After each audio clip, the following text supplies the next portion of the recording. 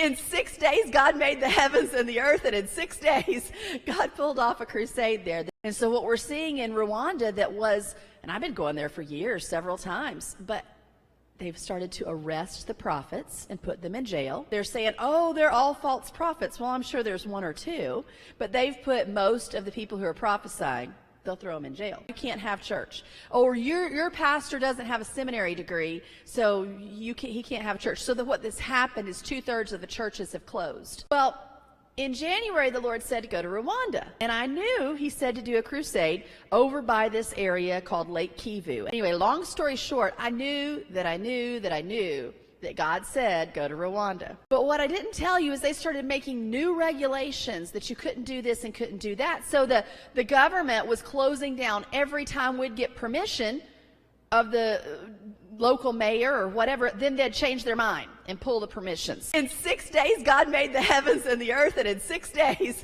God pulled off a crusade there. The town was a city of about 15,000 people. 13,800 of them showed up for the crusade, and so many of them got born again. Well, they decided that we hadn't given what they thought we were going to give, and they were going to arrest us and arrest the people we were working with. And I said, okay, what are we going to do? But it's things like that you got to walk by faith and know, okay, well, what's going to happen? We've got to believe that God's going to get us out of these pickles and financially provide each individual thing. When you got a $30,000 crusade and you're trying to pay for that with two people, it's like, well, Lord, that's when I started asking, did I hear from God? And I started taking every penny I had. There was no more savings. My goodness, I'll tell you honestly, I paid the rent money. And my kids said, you did what? I said, well, we needed to finish the crusade, so I gave everything I had, came back and said, well, Lord, you're going to have to pay the rent. I get evicted.